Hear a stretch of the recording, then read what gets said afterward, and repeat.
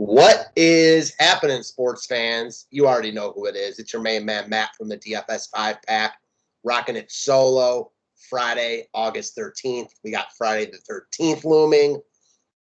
We got a big Friday night MLB slate. Obviously, it's me solo. Ryan is tied up today, so let's crush it. Only a couple weather spots we really need to pay attention to. I got some stuff to do this afternoon before I write, so I'm going to rock it short and sweet. Let me screen share this, and let's get it, guys. I always like these Friday night slates, and today is no exception.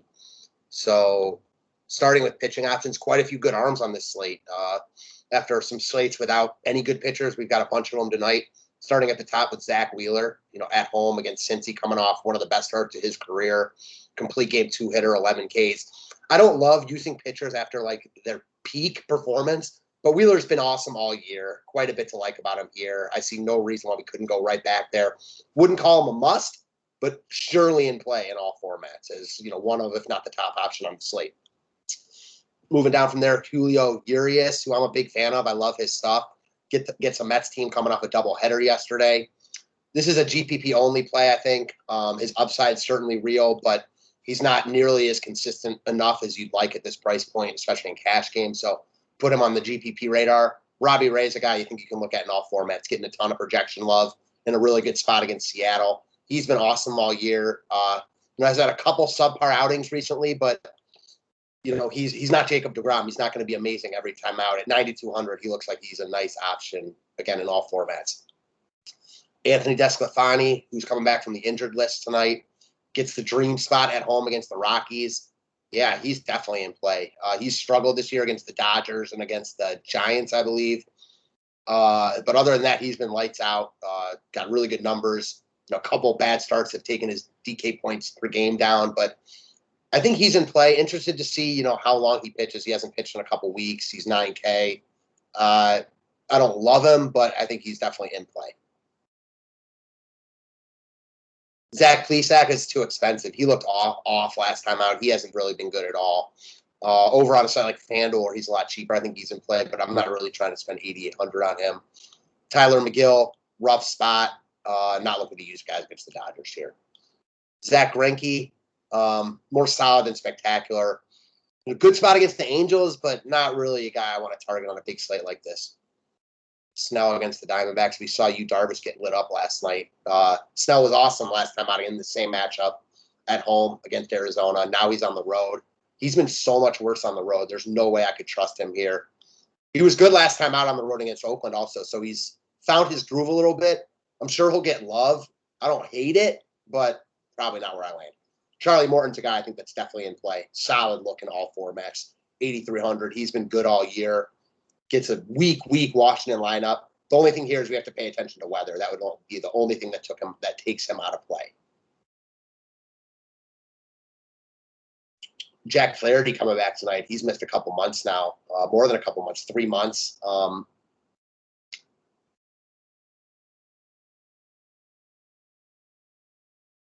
He tossed 75 pitches in his latest rehab start. I mean, I don't love the matchup against KC, but I'm a huge Jack Flaherty fan. I love his stuff. I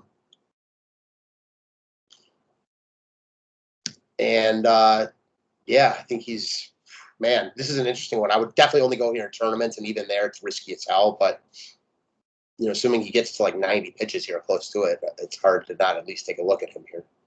Cole Irvin, he gets this, any pitcher against Texas is in play right now.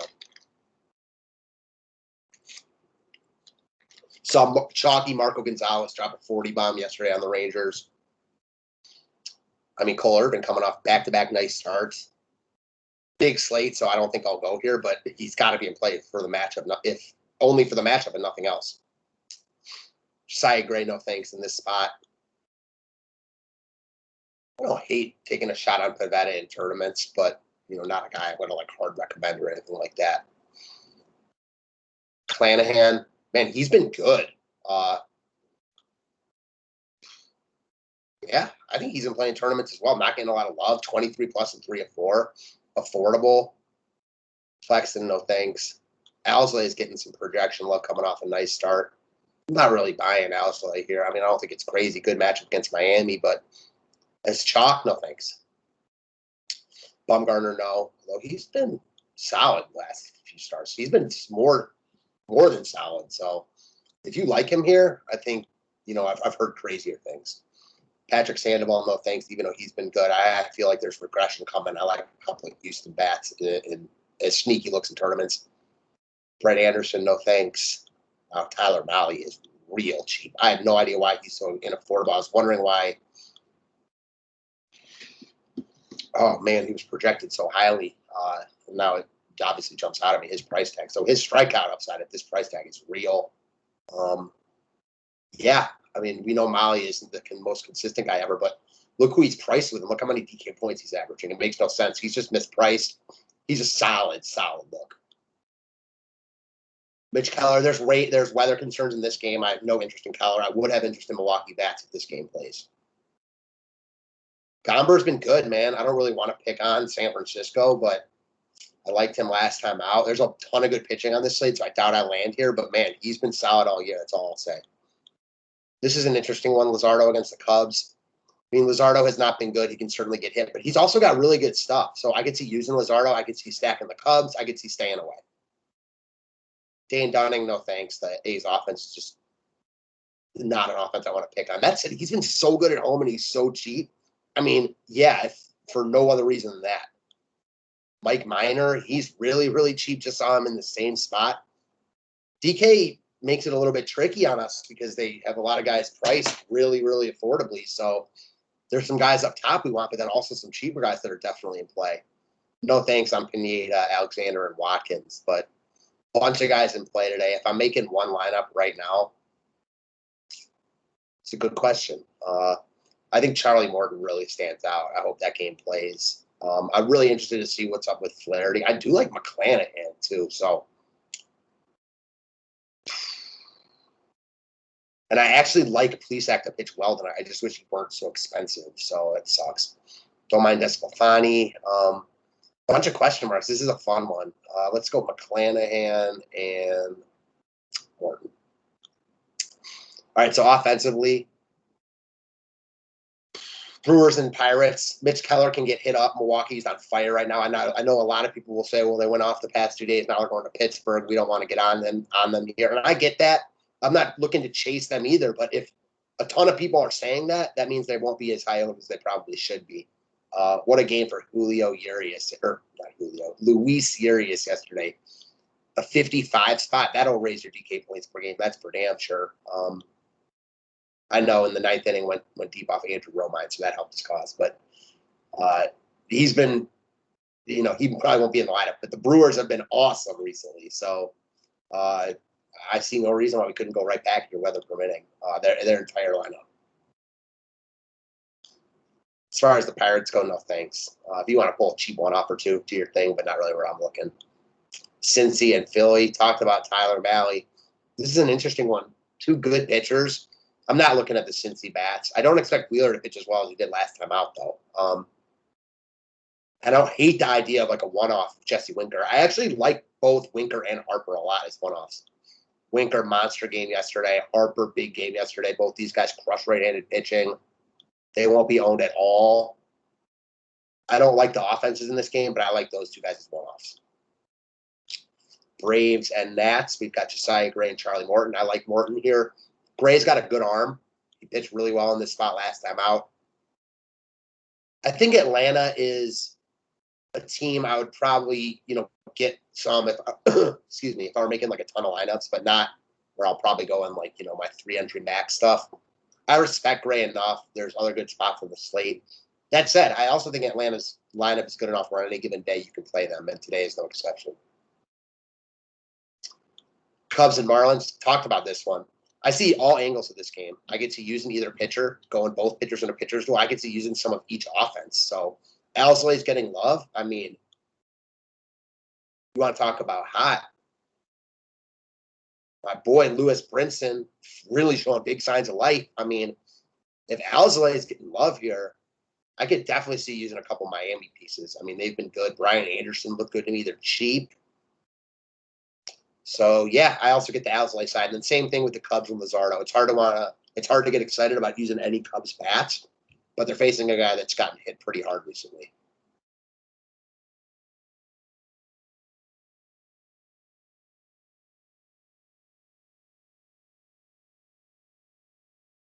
All right, I'm back with you guys. Sorry about that. So, yeah, very much a wild card game there. Dodgers and Mets. Dodgers definitely let me down yesterday.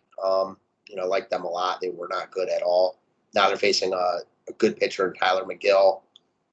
I think the Dodgers are interesting as one-offs. Like, they're better than McGill is at this point, no doubt about it. Bellinger just missed a home run and hit a foul ball to the upper deck yesterday. He's still seeing the ball really well. I like him a lot at 4,100. And I'm definitely more on the Dodgers side than McGill. Just not sure how much I prioritize them here. Not really interested in the Mets for Sirius. If you want to use like a Pete Alonso, do your thing.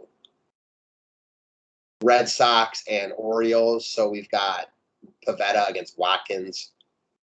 I like the cut of Pavetta's jib. I'm not like excited about using him here, but I'm also not excited about Baltimore. I mean, the usual suspects we brought up.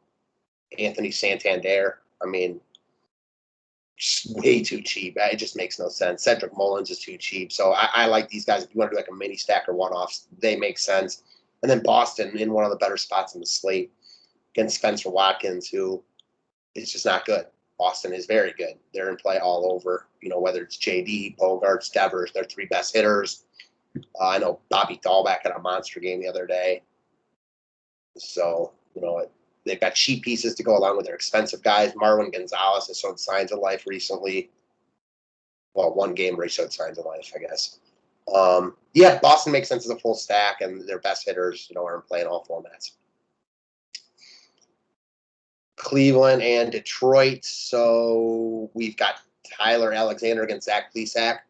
Plesac hasn't been good. He just got hit a little bit by this Detroit team. I do expect him to pitch better here, so I'm not excited about using Detroit bats against him. I don't think you're crazy to like Detroit either, though, because Plesac hasn't been great, and they just got to him a little bit.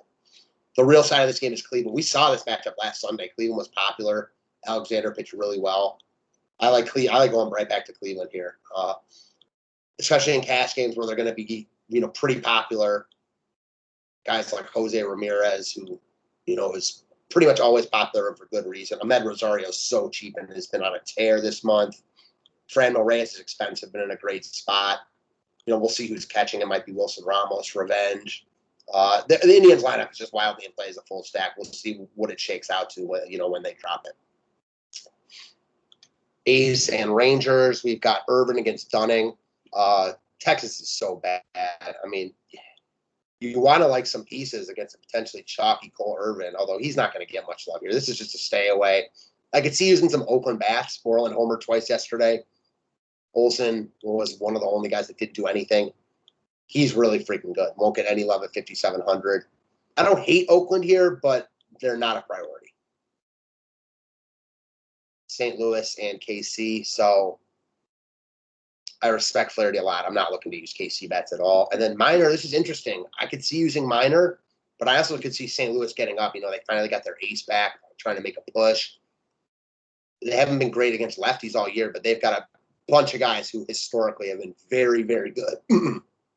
Excuse me, very, very good against left-handed pitching. So Paul DeYoung homered last night, double digits in three straight and 4 or 5. He's very affordable. St. Louis coming up at. I think St. Louis is interesting, if nothing else. Tampa Bay and Minnesota. Pineda against McClanahan. I clearly like McClanahan. Not overly interested in the Minnesota bats here. As far as the Tampa bats, Pineda, he's not a guy like I go out of my way to pick on, but he certainly hasn't been like amazing lately. He hasn't been awful either. So Tampa is getting love. It makes sense. Brandon Lau is just on a tear right now. Check the game log. He's scorching hot. They've got cheap pieces. Guys probably like Brett Phillips. He's had his moments also. Yeah, I get why Tampa's getting love. They're cheap as hell. They make sense. It's also a really big slate, so it's not like they're going to be like 40% owned. If you like Tampa, do your thing. Ownership on these big slates is less important. Houston and the Angels. So we've got Patrick Sandoval against Zach Greinke. I respect Greinke enough where I'm not looking to use Angels against him now. Like a guy like Ohtani. Sure, Walsh is back. 2-man stack, 3-man stack with Fletcher. 4-man stack with Upton. Sure. I don't want to get crazy here, but listen, you can make a case for basically anyone if you really want to. I like the Houston side, though. And again, I've been on Sandoval. I was on him in that Minnesota start when he was awesome, almost had a no-hitter. Came back down to earth a little bit after that against Oakland, then even bigger against the Dodgers after that. I think Houston, and I know the Dodgers and A's aren't good spots, but neither is Houston. They're getting Gurriel back tonight. I like some Houston bats at really low ownership. Altuve, I mentioned Gurriel. He's expensive, so no one's going to go there. Correa is cheap. Alvarez, 4,500. I like Houston here. So in tournaments, again, they're not in the perfect spot, but that's why they will get a lot of love. And I think that Houston is another one of these teams, like the Dodgers, like who I mentioned at the beginning, the Braves, where you can play them on any given day because their lineup's just good enough. San Diego and Arizona. I think we saw this pitching matchup last week, and not interested in the hitters, really. I mean, I could make a case for some Arizona guys or some San Diego guys. San Diego's obviously the much better lineup, but at the end of the day, I don't know. I mean, these pitchers have been good enough lately where I'm not excited about picking on them. Rockies and the Giants. So kind of the same thing here. I mean, bad ballpark. Not really looking to use I'm definitely not looking to use the Rockies offense in this spot. And as far as the Giants go, I respect Burnoff. Another team where their offense is good and the Rockies bullpen sucks. If you want to pull pieces from the Giants, I get it. But I definitely don't see myself stacking San Fran here. Last but not least, we have the Jays at the Mariners. So Mariners coming off a nice win yesterday. Again, Marco Gonzalez was awesome. Now they've got Chris Flexen on the hill, who's been good. I mean, again, much more solid than spectacular. Does not strike a lot of guys out, but especially been solid at home. I know Ryan's been on him a lot. Toronto is that team where you can use any given night. I mean, I've talked about other teams, Houston, the Braves, the Dodgers. Toronto's probably at the top of that list. Maybe, the Dodgers are right there too. Tonight's no exception. Flexen's been good, but I wouldn't use Flexen here. And Toronto's more in play than him in my mind. Are they like the top stack on the board? No, but I also don't think they get a lot of love. Bad ballpark, so that will eat into their ownership. No lineup, that will eat into their ownership. And all those things aren't good. I mean, it kind of makes you not like them as much. But their main guys, should be in the lineup. So I think that as a, GPP, like under-owned stack, they're in play. As far as the Mariners go against Robbie Ray, not really interested. I'm more interested in Ray. Seattle strikes out a lot. I mean, if you want to use like a Tom Murphy catcher, 3K, sure. Most of their best hitters are lefties also, so that helps Ray a lot, and it makes a lot of sense why he's getting love. So maybe I do a little switching here and put Ray in. The more I think about it, the more I like him. He looks like he's in a good spot. So that is what I got for you guys. Again, wanted to get through this short and sweet for you. Everyone, I'm sure, has nice Friday plans. Hopefully we crush this slate tonight. If you want more content, more videos, more write-ups, more me, more Ryan, any of that stuff, go check out the DFS5pack.com. We've got our NFL sale up. We'd love to have you. Let's crush it, guys. Thanks.